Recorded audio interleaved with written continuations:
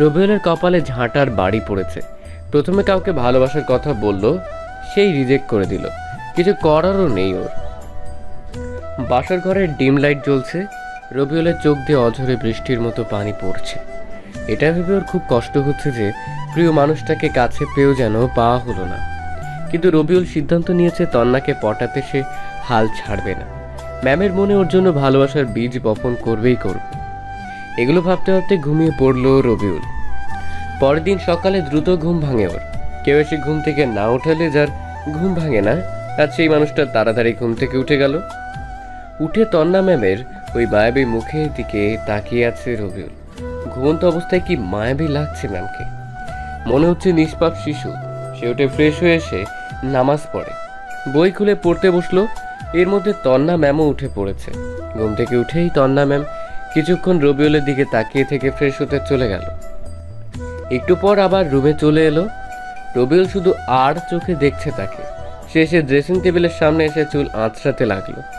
রবিউলের মনে যাচ্ছে পেছনে থেকে তন্নাকে জড়িয়ে ধরতে, আর তন্নার ওই এলোমেলো কেশের মধ্যে নাক ডুবিয়ে ঘ্রাণ নিতে। কিন্তু রবিউলের তো সেই অধিকার নেই, তাই এগুলো স্বপ্ন হয়ে থাকলো। জানে না সেসব পূরণ হবে কিনা। এর মধ্যে রবিউলের ভাবি দরজায় টোকা দিয়ে বলল, তোমরা খেতে এসো। ভাবি আসছি, তুমি যাও, আমরা আসছি। ভাবি চলে গেল। রবিউল তন্নাকে বলল, ম্যাম আপনি কি যাবেন? কিন্তু তুমি আমাকে ম্যাম বলছো কেন? ম্যামকে ম্যাম বলবো না তো কি বলবো? আমি তোমার ভার্সিটিতে ম্যাম, এখানে তো না। এখন তো নাম ধরে ডাকো। তাছাড়া বাসার সবাই কি ভাবে বলো তো? আচ্ছা বুঝছি, আমি জানি কোথায় কি বলতে হবে। এখন চলেন। তন্না রবিউল একসাথে খাওয়ার টেবিলে এলো। ভাবি খাবার দিল। ভাবি রবিউলের কানের কাছে এসে বলল, দেবরজি, ভালোভাবে বিড়াল মারতে পেরেছো তো? হুম। বাহ, ভালো। সবাই খেতে থাকে। খাওয়া দাওয়া শেষ করে রবিউল যখন বাসা থেকে বের হতে যাবে তখন তার আব্বা বললেন, কোথায় যাওয়া হচ্ছে?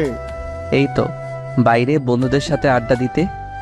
কোথাও যেতে হবে না, তোমার শ্বশুর বাড়ি থেকে তোমাদের নিতে আসবে।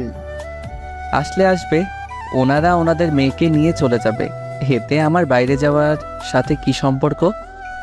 রবিউল কথাটা তন্না ম্যামের দিকে তাকিয়ে বলল।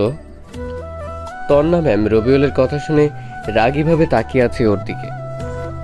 রবির মা বলল, তোর কি মনে হয় গাধা? তোকেও যেতে হবে, চুপচাপ ঘরে যা। রবিউল তার মায়ের ঝাড়ি খেয়ে ঘরে চলে আসে। গিয়ে বিছানায় শুয়ে ফোন গুতাগুতি করতে থাকে। রবিউলের পিছনে ম্যাম এসে দাঁড়ালো। রবিউল ঘুরতেই তার সামনে দাঁড়িয়ে দিল ঠাস করে একটা চড় খেয়ে রবিউলের হাত থেকে ফোনটা নিচে পড়ে গেল। রবিউলের রাগ মাথায় উঠে যায়, তবুও নিজেকে কন্ট্রোল করে বলল, মারলেন কেন? তুই আব্বু আম্মুর সাথে এইভাবে কথা বলছিস কেন? বললে আপনার কি? আবার আমার মুখের উপর কথা? এটা বলে রবিউলের গালে দিল ঠাস করে একটা চড়। এবার ওর চোখ দিয়ে পানি বের হয়ে যায়। তন্নার সেখানে না থেকে নিচের ঘরে চলে গেল। রবিউল ফোন উঠিয়ে অন করে, কিন্তু হাত থেকে পড়াতে ফোনের ডিসপ্লে ফেটে গেছে। তবে কাজ চালানো যাবে। রবিউল তবুও কিছু বলল না, চুপচাপ সহ্য করে নিল। মনে মনে বলল, আমারও একদিন সময় আসবে, সেদিন দেখাবো আমি কি জিনিস। বিকেলে তন্নার সাথে ওদের বাসে আসলো রবিউল। তন্নার রুমে বসে আছে সে। তখন কিছু মেয়ে এলো। মেয়েগুলো রবিকে বলল, কেমন আছেন দুলা ভাই? মেয়েগুলো রবিউলের শালি। আলহামদুলিল্লাহ ভালোই, আপনারা? দুলা ভাই, আমরা আপনার ছোট, সো তুমি করে বলবেন। চেষ্টা করব। চেষ্টা না, বলতে হবে। আমি নীলা, আপনার একমাত্র শালিকা। এটি আমার চাস্ত বোন নীল আর কানহা। আর আপনার নাম তো রবিউল, তাই না? হুম। রাতে ভালোভাবে বিড়াল মেরেছেন তো? হুম।